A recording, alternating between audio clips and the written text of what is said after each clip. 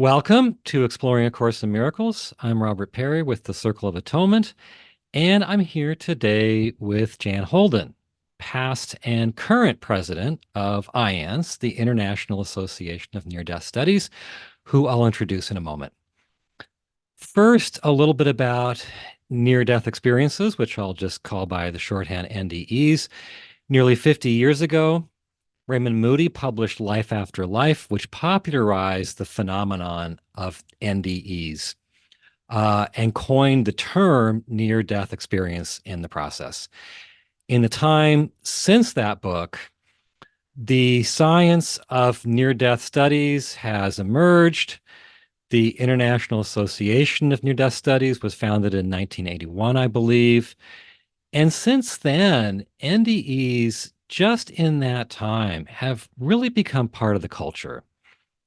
They become the subject of best-selling books and popular movies. I knew they were becoming mainstream when in the 2000s I watched with my kids the animated movie Over the Hedge. And in that movie, the possum, played by William Shatner, fakes his death. And while he's doing it, he says, "Mother, is that you beckoning me into the light? Must move toward the light." So they really have become part of the culture. Why are we talking about near-death experiences on a podcast called Exploring A Course in Miracles? As many of you know, I have a longstanding interest in NDEs. And one of the reasons is that reports of NDEs come as close to the teachings of A Course in Miracles as anything I've seen. Another reason is that my first love spiritually was not the Course, but really, you could say, evidence-based spiritual truth. In my teens, I left the church and went on my own search for really whether or not God existed. And I came to believe in a spiritual reality because of what I consider to be a broad base of evidence. An important part of that evidence was NDEs. I did an independent study of NDEs for a semester in college. I was a member of IANDS when they started out in the early 80s. And NDEs over the years have influenced me a great deal spiritually.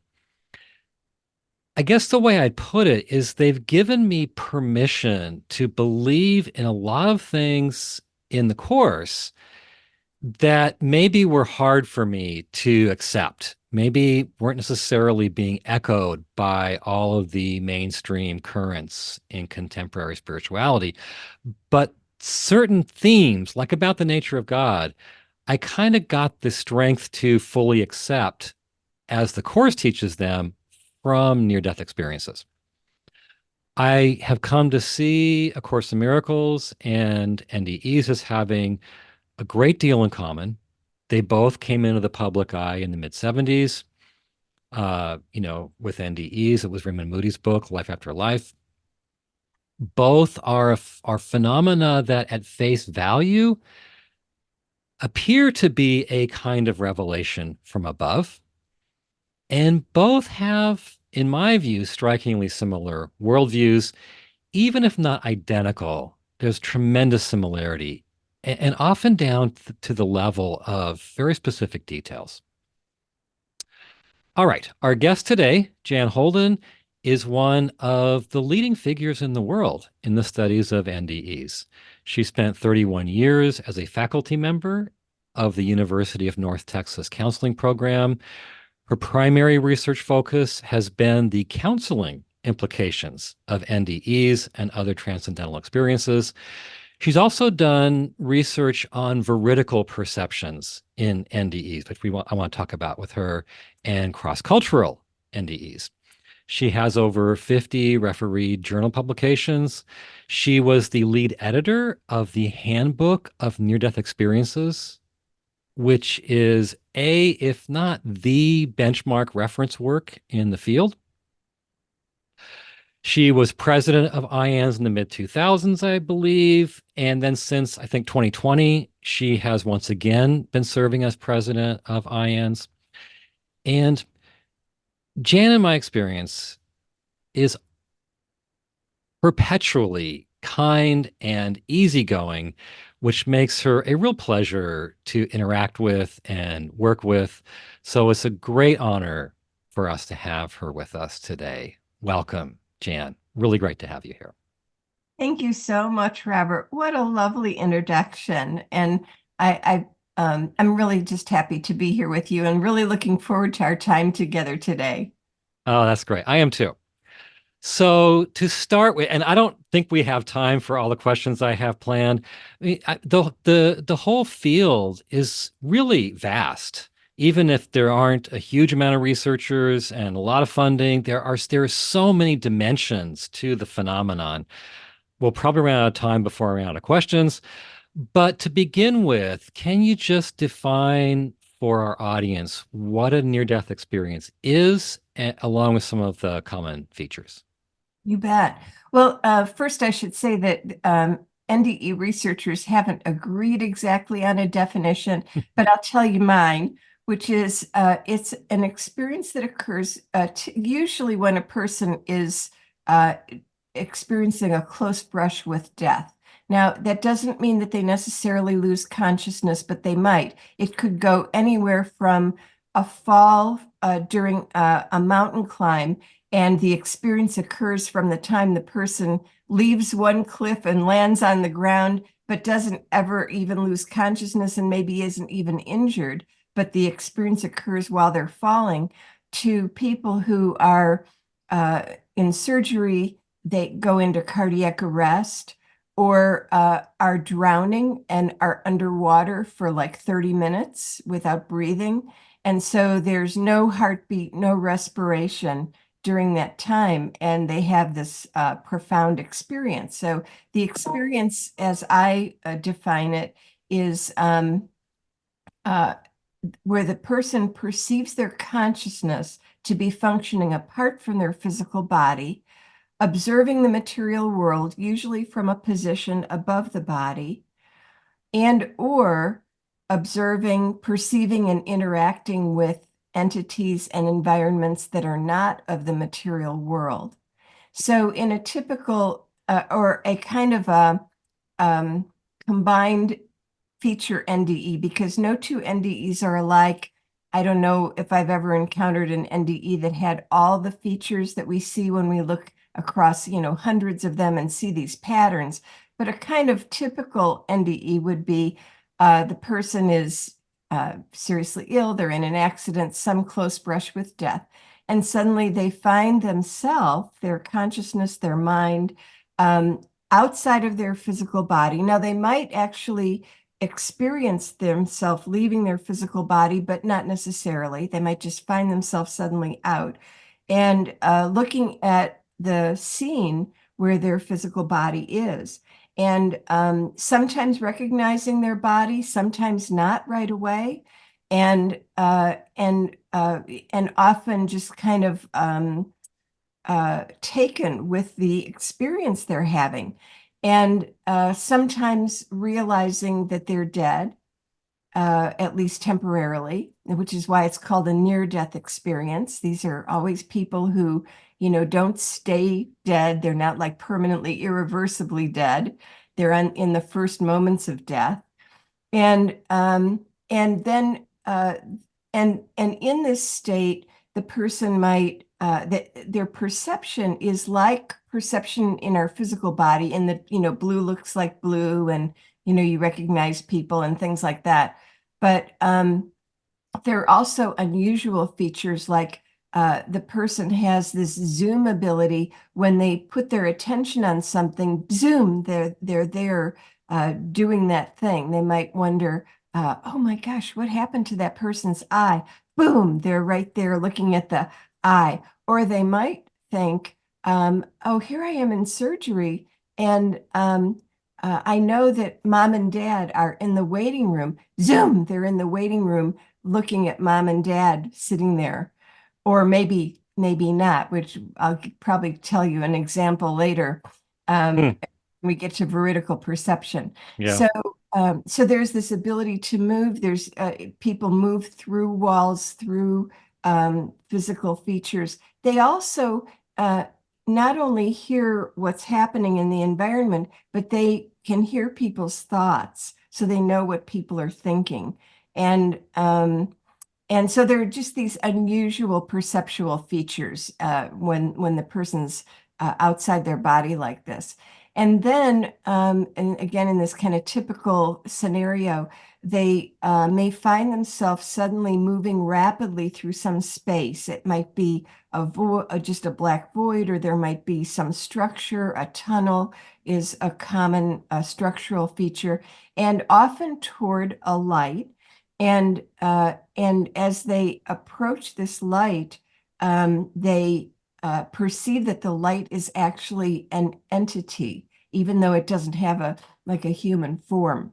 And as they approach this light, they feel this absolute sense of being completely known and completely loved.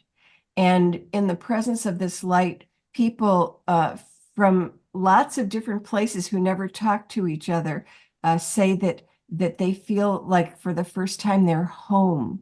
This is like such a familiar, comforting feeling. And often the being of light, which is what people sometimes have named it, will communicate, and it's telepathic communication, not with language, and a welcome, and in the presence, and sometimes the person will just bask in the love. But then at some point, the being of light might show the person a review of their most recent physical existence. And I put it that way for a reason I'll get to in a minute.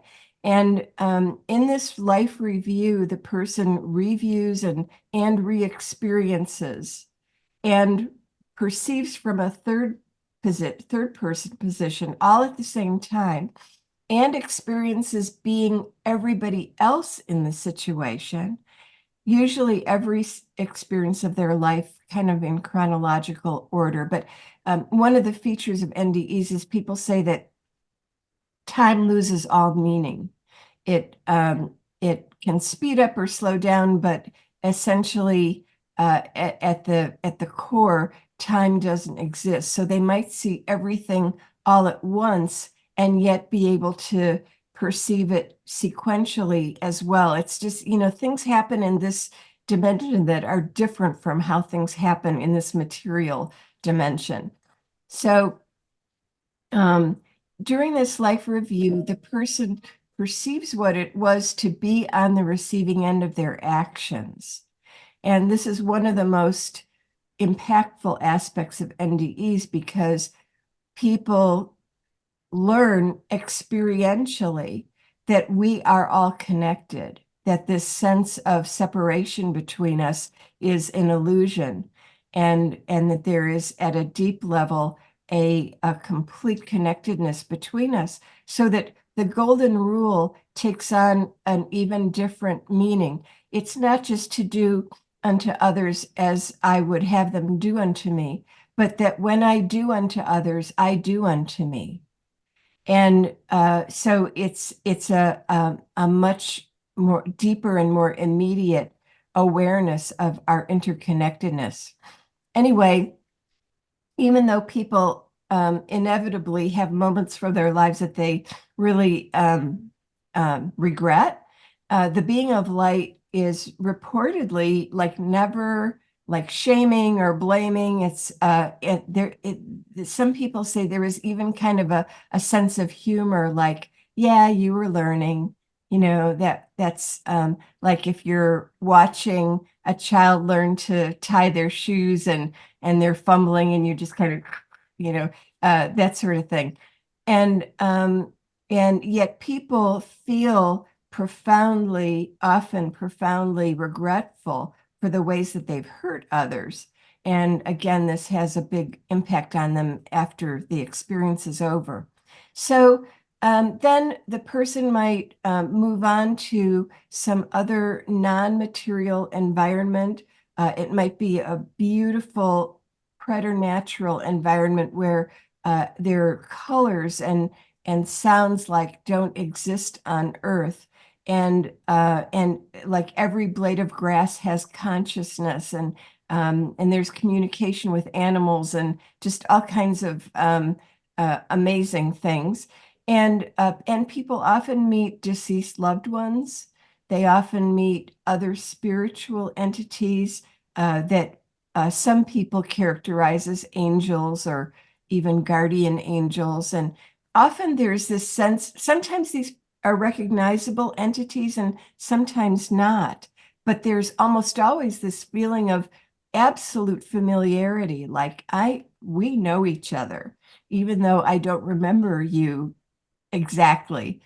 And and sometimes people go on to environments like um, cities of knowledge and cities of light and other kinds of places that are just, not of the material world. Sometimes seeing entities who either have or have not ever experienced human existence working, doing projects and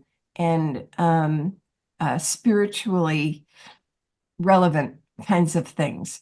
So, and then at some point, the person returns to their physical body. Now, the return, about half of people had a choice or perceived that they had a choice about whether to return. And often it's one of these spiritual beings or deceased loved ones who says, you can either stay here or go back.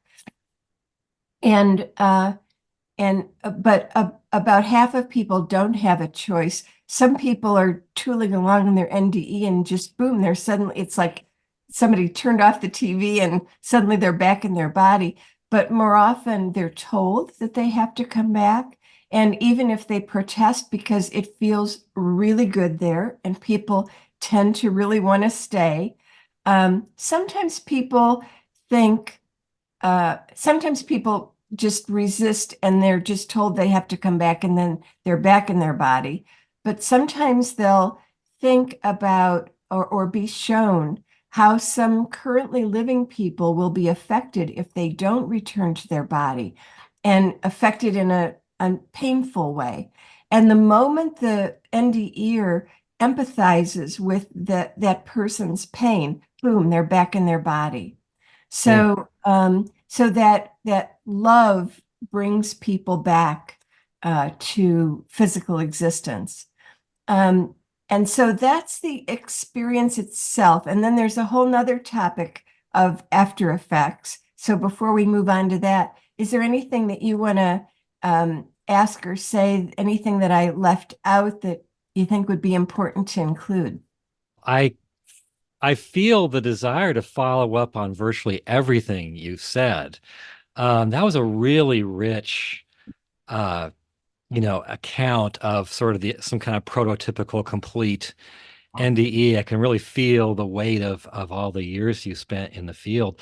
I've often had this fantasy of trying to collect like all of the recurring themes attached to, some like the life review or the other things you mentioned. I think in the end there would be scores, if not hundreds, of themes that recur at least a little bit in some experiences, Yeah. tiny details.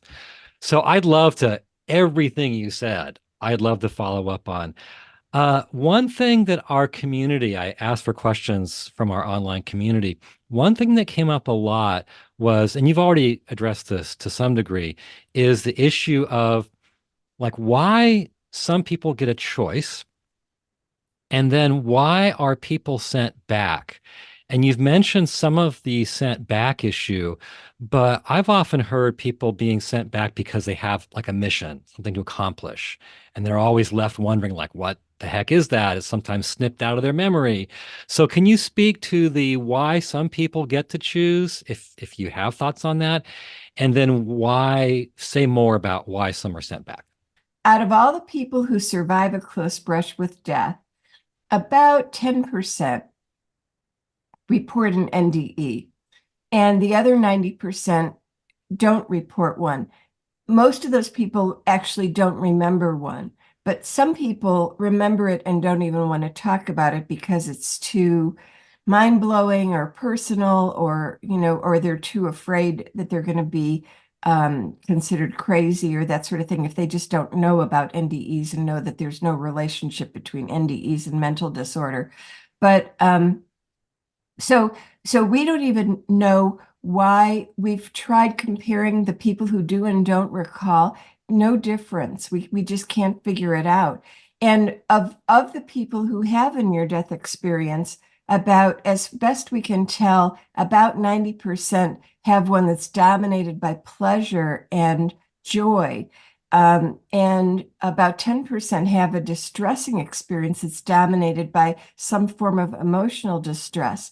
And we can talk more about those later, but again, we've tried to compare. We can't find any difference. So, and then to get into who has been given a choice, hasn't been given a choice, and all that, we can't find any difference. So my answer is heaven only knows. And I have come to believe, and again, this is a personal belief, not a research-based belief, that there is just higher intelligence at work, that some people need a pleasurable experience, some don't need an NDE, or it's not going to be helpful to them in their spiritual development or whatever. And some are, if they have one, some need a pleasurable, some need a distressing for their own good, spiritually, developmentally speaking. And the same thing with the choice. We certainly don't know how many people were given a choice and decided to stay, because as much as I've tried, those people don't answer my questionnaires. They're gone. So, so Makes it harder to answer the questionnaire. it does. It does. And so there are some research limitations and things as well. But to this point that you're making about mission, it's really important. I'm glad you brought it up, because many NDEers are given to know that they have a purpose in coming back to physical existence. And sometimes they come back with a sense of what that purpose is, but most of the time not. And for many people, this really plagues them. I remember I have a really good friend in Chicago who is now in his 70s. And he had an NDE when he was in his early 20s, a reaction to uh, an allergic reaction that made him temporarily dead, and they resuscitated him and everything. And he had this NDE. And after I'd been studying NDEs for a few years, we were at a party one day, and he took me aside and he said, in my NDE, I got the definite sense that I'm here for a reason, and I can't figure out what it is. He said, do you know? And I'm like, sorry, I have no clue. But interestingly, in his life, he kind of went from one job to another. And finally, in his, I think, early 60s, he became a deacon of the Catholic Church, which is unusual. Most NDEers afterwards leave organized religion, not because they disagree with it exactly, but because it's just not big enough to accommodate what they now know about the spiritual domain. But anyway, he became a deacon, and then he became a chaplain. And after he'd been a chaplain for a few years and we would talk on the phone, he'd tell me all the meaningful things that he was doing. I said to him one day, so, remember when you asked me at the party, I said, do you think you found it? And he said, absolutely. This is what I've been meant to do.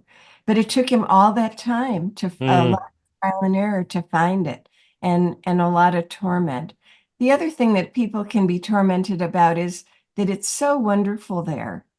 And then to come back to this existence with its conditional love and all the suffering and cruelty that we do to each other and to the planet and all that, it can be really, really hard to be here.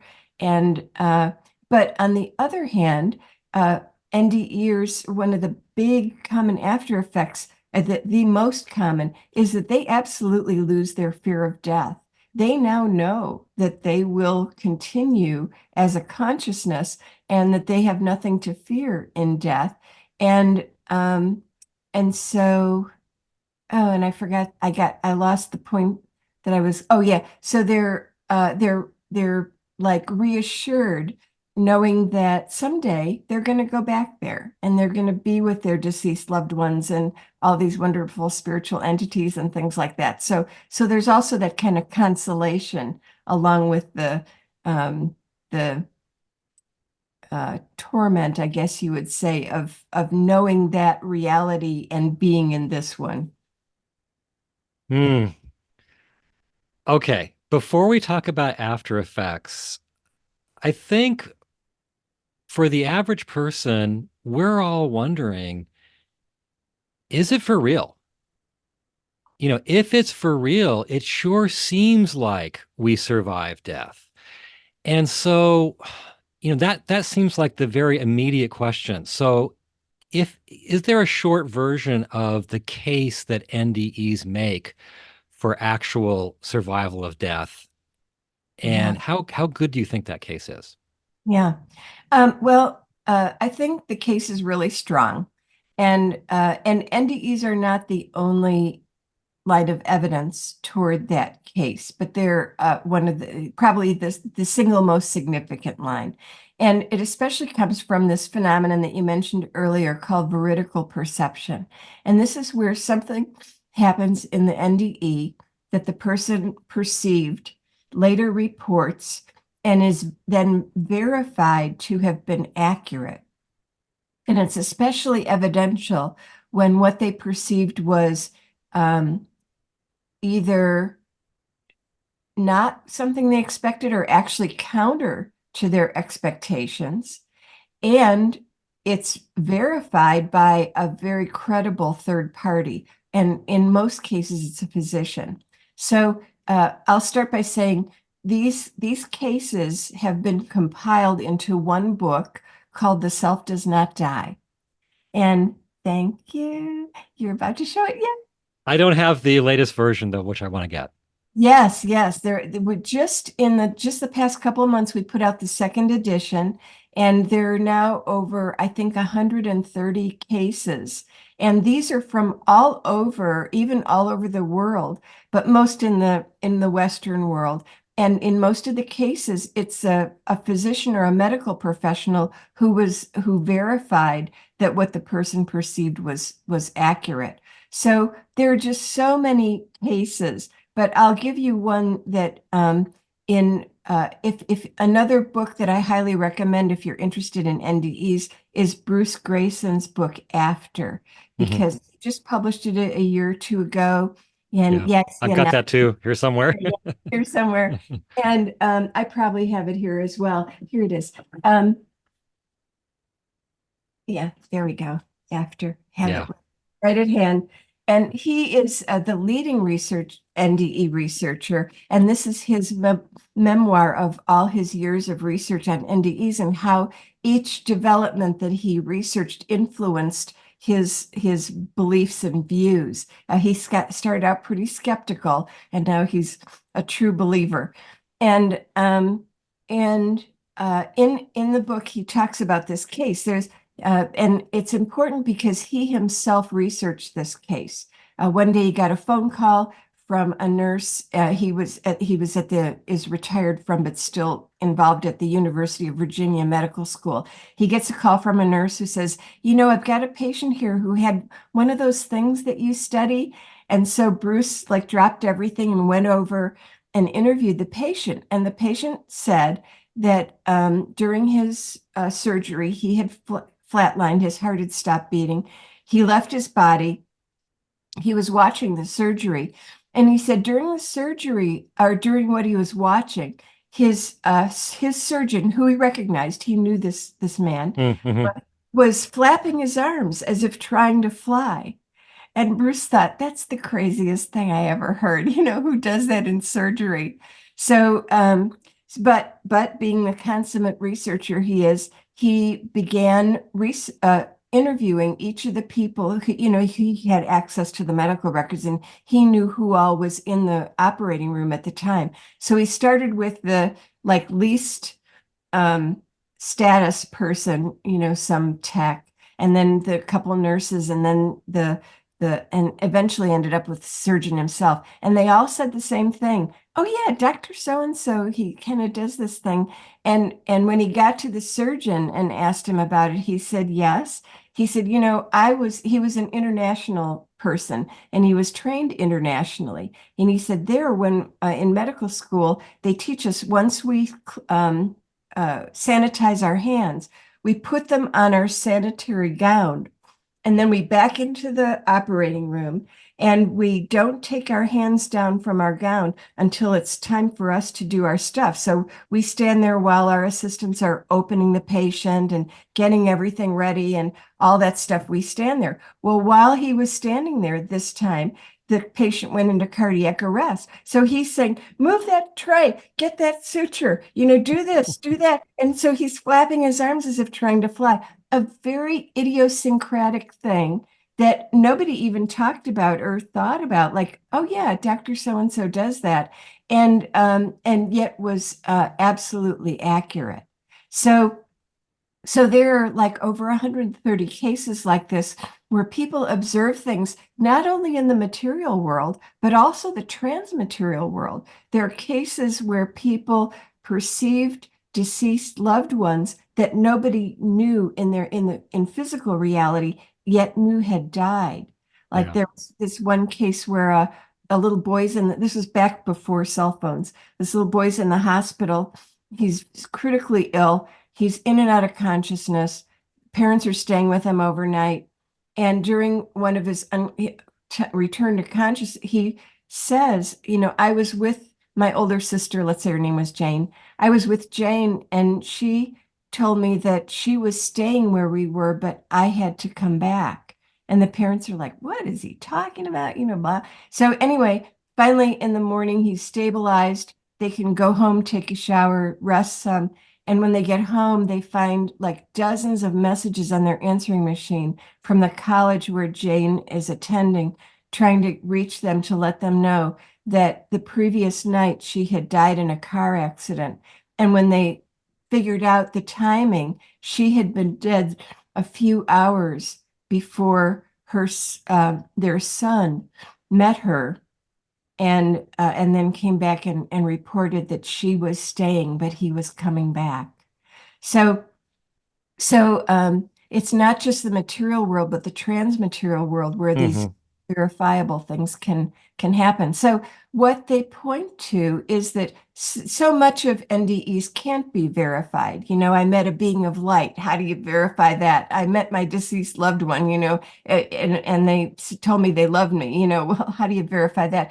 But what these veridical cases point to, and I should say that there are a few cases where people perceive things that were later shown to be inaccurate, but they're an extremely small minority, and the mistakes are these tiny little things, like where I saw a cross was actually a military badge, and that kind of thing.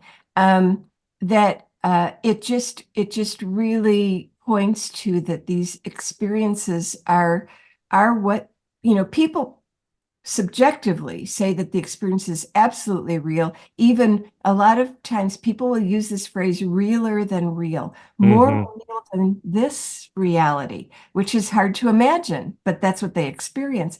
But now we have this evidence that they are objectively real. So now, of course, none of these people ever stayed dead. So from a pure research point of view, we don't know what happens once a person cannot be resuscitated again and they're permanently, irreversibly dead. Maybe the lights all go out. But we have evidence from other phenomena, such as after-death communication, that and children who remember previous lives, that together, as one NDE researcher, Pim van Lommel, used this phrase, a convergence of evidence from these various experiences that all point to the survival of consciousness after death. And in fact, the existence of consciousness prior to our physical existence. And that's another thing that NDEers sometimes experience in their NDEs. They sometimes see their past lives. They sometimes see the future of their personal life, the future of the planet and humanity and things like that. So NDEers come back tending to believe in reincarnation. Hmm. So, given the veridical perceptions, given the convergence of the evidence, given the fact that so many of these people have no business having any real consciousness, or at least alert, coherent consciousness at all, given their brain is often not functioning, what do you say about the skeptics and debunkers who just say nothing to see here? There's no reason to look into this. It's obviously, a hallucination or product of the brain or neurochemical thing, and just dismiss it as like obviously a ridiculous thing to investigate. What do you say about them? Well, the key phrase is not looking into it. I mean, if you refuse to look, you're not going to see. And whereas most people who look into it find credible material there. But some people are afraid to look. It's interesting that two of my research friends had a similar experience and only discovered it when they were talking about this one day and comparing notes, that independently they were each talking to a colleague that they were good friends with, but who was very skeptical. And eventually what the colleague said was, I just don't dare believe this, because if I do, it'll just upend my worldview. I just can't do it. And it's kind of like, okay, I understand that, but don't take a position on something that you just don't have the wherewithal to look into. Right. What's frustrating for me, I think the evidence for NDEs is remarkably strong. Yeah. An objective person would say something is really going on here. Um, And yet, there are a few researchers, like I'm thinking of Susan Blackmore and her dying brain theory, who do go deeply into it. They come up with an explanation, and then the scientific community can say, well, she figured it out. There's just nothing to see here. And we can therefore reject the whole thing. And because the scientific community is really the gatekeeper for a phenomenon like this being accepted culturally and making its way into public policy and so on, it's like those few people who come in and say, I've explained it all. They give cover to the whole scientific community to block the gates for this gaining widespread, public acceptance. Yeah. And that's frustrating to see. Yeah. Well, uh, first of all, any materialist, philosophical materialist explanation of NDEs that's been offered has been found to be, not cover all the cases that Hmm. actually. And the bottom line really is veridical perception. There is no way to explain from a physical point of view how people can perceive accurately when they're not breathing, their heart isn't beating, and there's no measurable activity in their brain. And so it just doesn't happen. But as you mentioned earlier, NDEs have become household terms now. And even though people widely aren't necessarily well versed in them, they kind of know about these phenomena. And the International Association for Near-Death Studies began in the late 70s actually, and was Hmm. incorporated in the 80 and 81. Because the few researchers who wanted to look into this phenomenon couldn't get published in in mainstream professional journals. So we started IANDS, started the Journal of Near-Death Studies, and so people would have a place to publish. And now there all kinds of journals have articles about near-death experiences. So it is becoming more widely accepted even in the scientific community.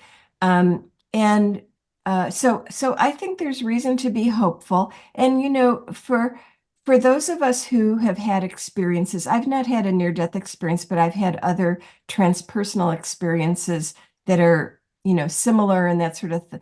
For those of us who've had these experiences and would say that we know what is the case, if you believe that the truth will out eventually, I think it's just a matter of being faithful and everything happening in its own time.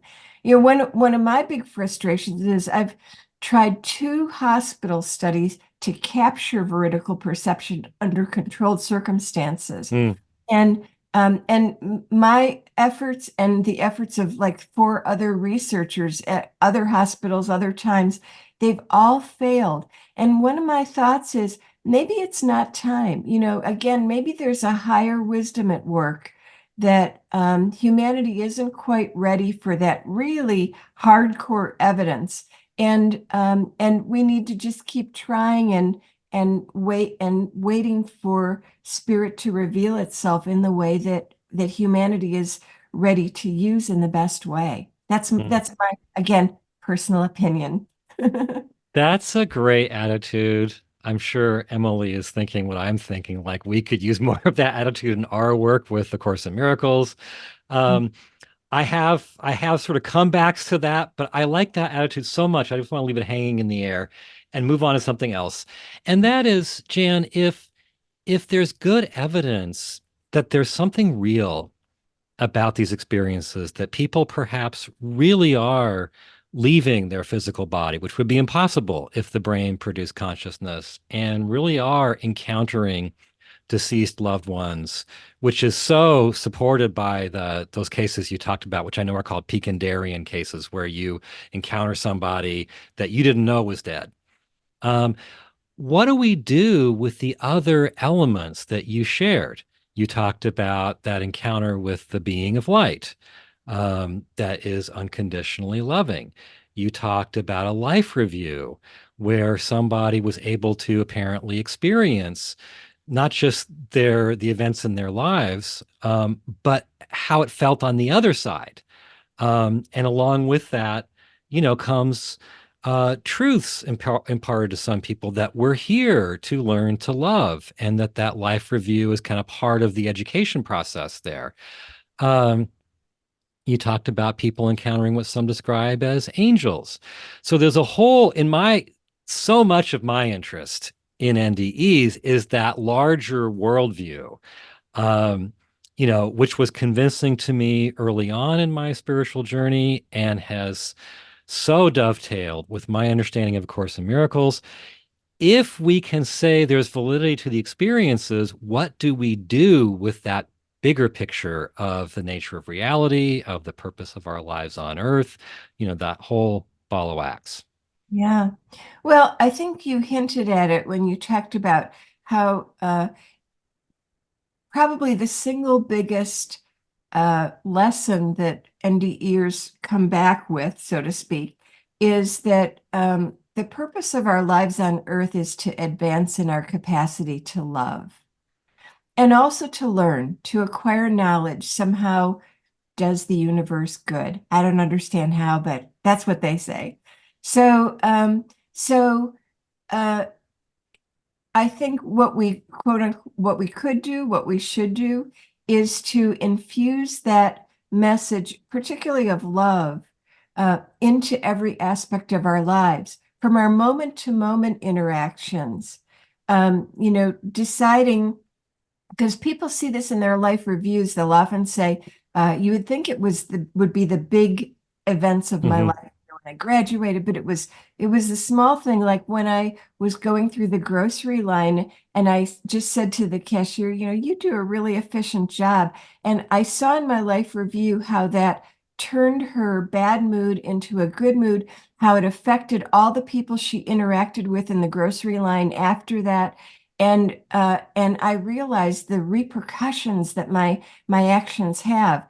And so on that personal level, and then also all the way to, political um, policy levels, institutional policy levels. What is the most loving direction for us to go in this particular situation in our organization where we have a decision to make?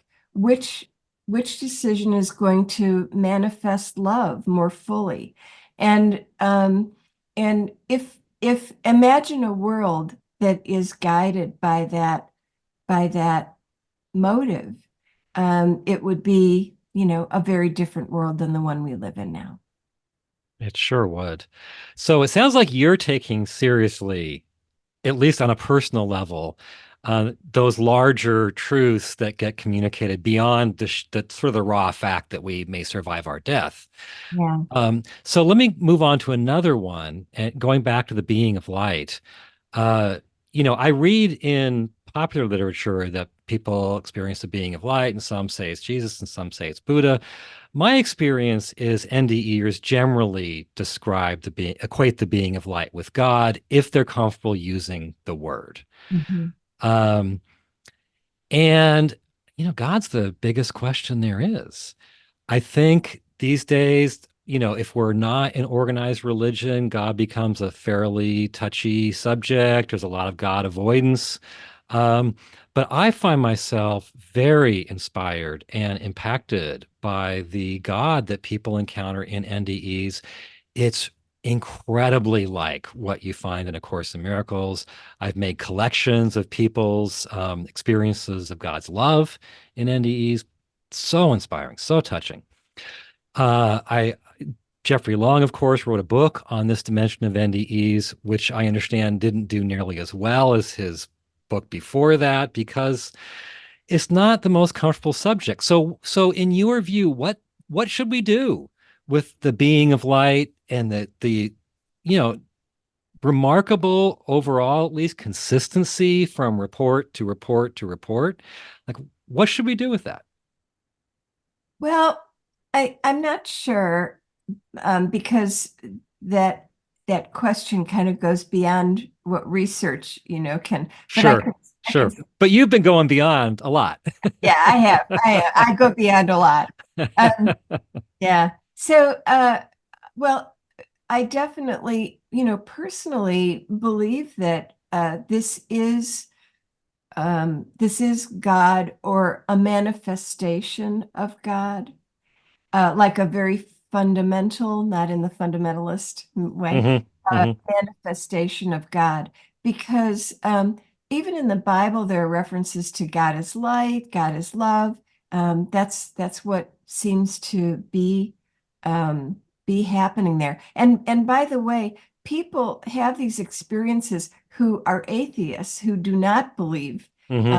so it's not as I'm not trying to imply that people encounter these ideas in their physical life and then manifest them in their near-death experiences. There are a lot of cases where people had experiences in their NDEs that absolutely contradicted their most fundamental beliefs. Hmm. But as you say, this encounter with this being of light is so pervasive. I think it happens in something like 20% of NDEs, not the great majority of them, but Hmm. a substantial minority. And there's so much consistency Hmm. um, that I think it does point to the existence of God. Certainly, NDEers come back tending to say, this was the source. I was in the presence of source. And so they're talking about the source of everything, the source of the universe, seen and unseen. So I think it does point to belief in this entity. And then the question arises, then why this? If this is the Hmm. condition, the ultimate condition of everything, and even NDEers relate that this is the ultimate um, source of or foundation of their own self, that this light is in them and in everyone. Hmm. um, that then why are we here on doing this with people suffering and dying in Gaza, and all the stuff that we do to each other. So and my best answer to that is that it is an opportunity for us to bring that light into this world, and the challenge of doing that, with our egos and all that. That's really what we're here for. But then the question even of, well, why even set up this system where Hmm. have to, you know, advance in their capacity to love? Like, if this is really the source of all of us, why don't we just go there and stay there? So, and I don't have an answer to that. Maybe A Course in Miracles does, but I don't. What was I going to say? I've seen NDE reports where oftentimes, as I'm sure you've seen them too, where people ask like, "Why all the suffering?" And it seems to me like very often the answers they get snipped out of their memory when they come back.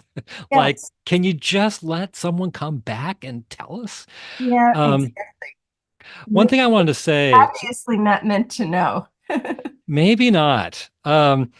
But I another one of my longtime fantasies, which I keep toying with, and Emily keeps me very busy, so there's no way for me to get to it, is I hunger to do a comprehensive study of all of the characteristics of the being of light, the voice and the love and the will and the plan, everything, the humor, all of it, because there's a whole portrait there. And I feel like theologians, I mean, if you have average Joes who their only qualifier is they got hit by a car or something or had a heart attack, and they are experiencing a God that is not conventional, but is consistent with other experiencers, you'd think theologians would be all over that, Mhm. analyzing and studying. So I hope someone does that someday. Jeffrey Long's book is a great start, I think, down that road. Yeah. We're running out of time. Um, most of the things I wanted to ask you, I can't ask. But I really want to hear you speak to the whole issue of after effects, the integration of the experience. I feel like, I mean, that's obviously a whole huge realm unto itself, but it also says something about the experience that there is this, trail afterwards. Yeah, yeah, that's right. One of the kind of verifications that there's something really going on here is that there is a pattern of after effects for many near-death experiencers, maybe not absolutely all, but the great majority of them. And one of the things we know is that there's a way to measure like how deep a near-death experience is. Some are relatively shallow, and I don't mean that in a negative way, but just that like the person popped out of their body, they were up in the trees watching everybody run to the car accident, and then they're back in their body, and that's all that happened. That's it. Yeah, and then there are the ones where, they're out of their body and they go through the tunnel and into the light, and they see deceased loved ones and cities of light, and all this stuff. So what we know, that the deeper the NDE, the more features there are, and the more uh, complex those features are, the more likely the person is to manifest these after effects. But I like to characterize the after effects as PSPS, like PS after a letter. The first P is psychological. People change their values, their sense of, people become, for example, less materialistic and more concerned about the welfare of others. And then the S, the first S is spiritual. People become more interested in spiritual phenomena. They uh, believe more in the spiritual domain. They don't, I would say they don't believe, they know the spiritual domain. And they even develop what in some religious threads are called spiritual gifts, like the ability to see the future and that sort of thing. And then the next P is physical. People sometimes change, their metabolism changes, their sensitivity to allergens, to medication, to anything is much increased. And even there's this phenomenon called electromagnetic after effects, where when the person becomes emotionally aroused, any kind of emotion, doesn't matter which emotion, but the energy of that emotional arousal makes the electronic things in their environment go kaflooey. And and then the last is social. And you can imagine if a person's psychological, spiritual, and physical self have changed or even transformed, it's going to reverberate in their social world. So people change, as I mentioned before, affiliation with organized religion. They sometimes change their job because they want to go into a job that involves more love and care of other people than their previous job did. And people change friends, change spouses because they are so fundamentally changed by the NDE that sometimes the social contracts that were in place before the NDE just don't make sense anymore. So it really has change, if not transformational, effects on people, and a pattern that's been well established through research. And how long does it take for those effects to play out and for a relatively full integration to be achieved? In one study, they said the average was 7 years. So that means some people are sooner, but some are later. And I've known people who had their NDEs years, 14, 15 years ago, and are still um, struggling with after effects and making sense of the experience, manifesting what they now know that from there into this life here. There's a lot of changing to do. Yeah. Yeah, and it can be very challenging. For some people, it's not, but for some people, it is, and sometimes people even seek counseling. And one of the things I'm really proud of from IANDS is we just posted our inaugural group of transpersonally competent mental health professionals that people who are looking for a counselor, a therapist, a mental health professional, psychologist, whatever, who is going to respond helpfully and not harmfully to their disclosure of their experience and their processing of it, trying to integrate it. They can now go on the IANDS website and find at least a short list that we hope to make longer soon of therapists who are prepared to work with clients with these kinds of experiences. Well, I'll bet that's been a particular passion of yours, given your long background with counseling. That's right. That's right. And it's one of these things that the idea has been floating around IANDS ever since I've been involved with it. And we finally manifested it like, woo. Well, and what you see, you hear so many stories of NDEers who talk to mental health professionals or clergy, and they're told the most terrible things. That's And right. then they clam up and they can't process and integrate as well. And Exactly right. And that's I actually did a study of that, and fully a third of near-death experiencers reported that when they disclosed their experience to a healthcare professional, it could be medical, mental, so spiritual, they felt harmed by the way the mhm. professional responded to them. And the harm took the form of like not even recognizing that it was an and was a thing and kind of dismissing it, or dismissing it as hallucination or that sort of thing, which we didn't have a chance to go into that, but there are definite differences between Hmm. NDE hallucinations and all that. Or they pathologized the person or the experience that said, that sounds loony, or they demonized the experience. And so those four things are the things like not to do. And there are things that can be done affirmatively instead. And it's amazing in the stories, the psychological harm that's done by that one conversation. Yes, the initial conversation seems to be very influential in the trajectory that the person. Hmm. I've known some people who had this a harmful experience, and as you said, clammed up for sometimes decades until Hmm. they came across information about NDEs, found IANDS, found their tribe, and finally were able to process. It's kind of like I consider it a kind of psycho-spiritual constipation, that they've got this thing that has so much potential for so much psycho-spiritual benefit and can't be mined until the person has an environment in which they can do that in a supported way. Yeah.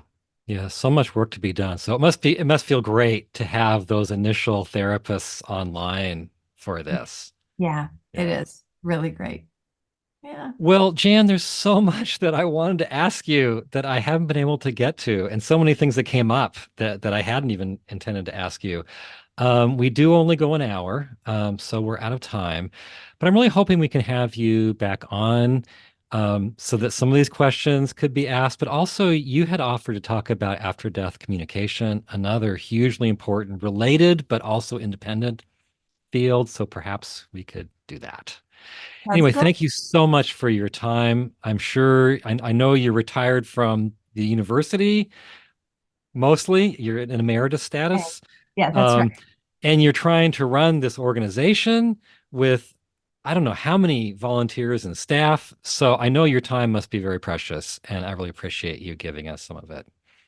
Well, thank you for having me, Robert. I'm just so appreciative and I really had a great time and I look forward to coming back.